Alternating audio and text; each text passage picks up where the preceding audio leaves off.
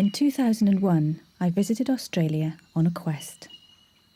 A filmmaker and single parent, tired of feeling isolated and alone, keen to live a bit closer to nature, I was seeking the perfect eco-community for myself and my son to live in.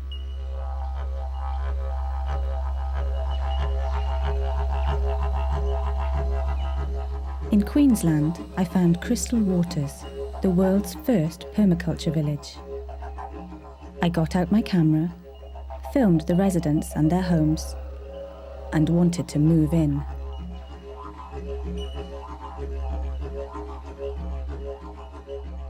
I'm Maura Gamble and I've been here at Crystal Waters for about 3.5 years. I came here to teach permaculture and to be involved in eco-village design.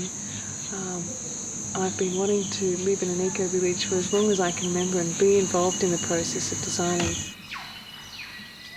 Permaculture, its definition, its application, its ability to be used in different parts of the world has grown as more and more graduates have come into the permaculture movement. And it's not like a fixed thing which says, it's not a dogma about how you must do your gardening techniques, that you must do a no-dig garden. It's about a way of looking at things to be able to observe, to understand the patterns in nature, to be able to observe and understand the patterns in our culture, and to try and merge those with principles of sustainability, principles of ecology.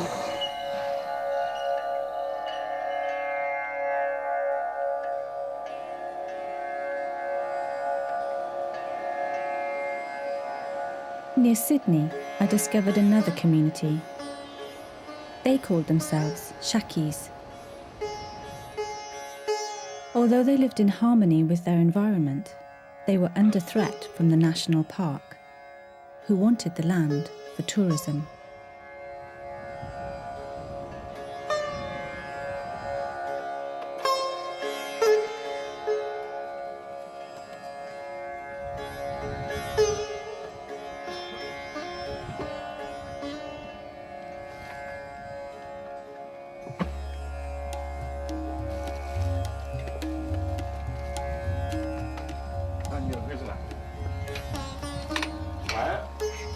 Helen. Morning. Hello. How are you? I'm very well. How are you? Very well, thank you. You don't mind me filming you, do you? No, I don't know. Come up with breakfast, have you? Michael's got all mod cons down at his place. He's put a lot of effort into equipping his place with solar power. And he's got solar hot water, solar lighting, and solar energy for running your batteries for your television, isn't it?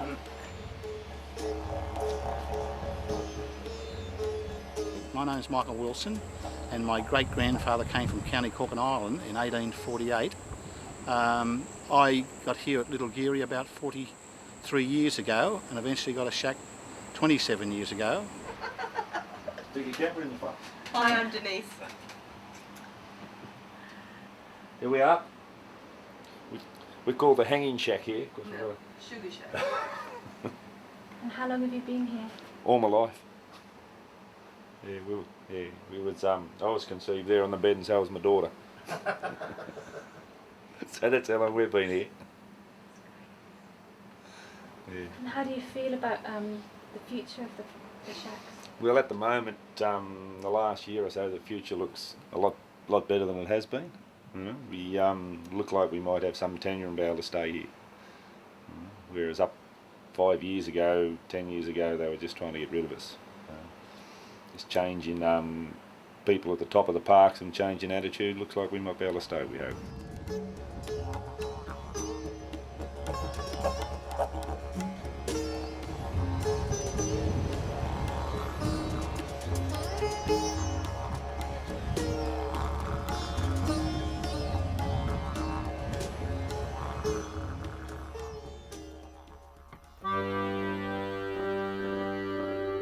Less than 400 years ago, most people in Britain grew their own food and built their own houses. But Parliament wanted money to go to war, and monoculture offered a quick return. The Enclosures Act of 1750 separated people from their land and workers from their families. Most people now lived in cities. What happened to community? I wanted it back, and I was not alone.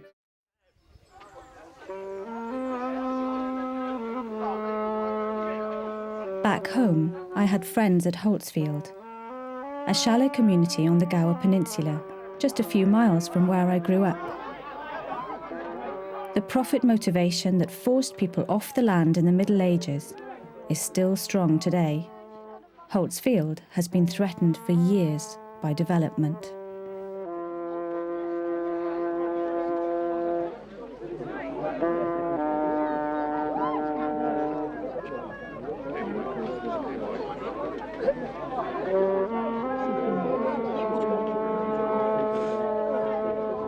In this day and age, you don't expect bailiffs to come smashing through your door, but that's exactly what happened. Thanks to their resistance and a lot of support, Holtzfield has managed to survive and is now home to Paul Wimbush, who is inspired to set up a brand new low-impact settlement, the UK's first planned eco-village, Lammas. Hi, my name's Paul.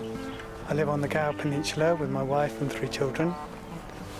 We live in a beautiful wooden house, 10 minutes walk from the sea. I work as a carpenter, which I love.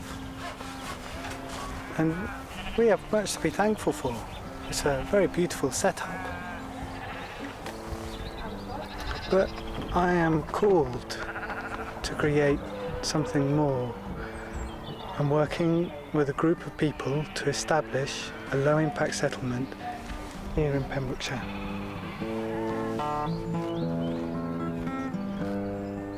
So what is this thing called low impact? What does that mean? Well, I guess to me, low impact means to live truly sustainably so that your lifestyle can be maintained over generations. So that instead of using or consuming the Earth's resources, you're actually adding to the Earth's resources in terms of biodiversity and soil fertility and so on.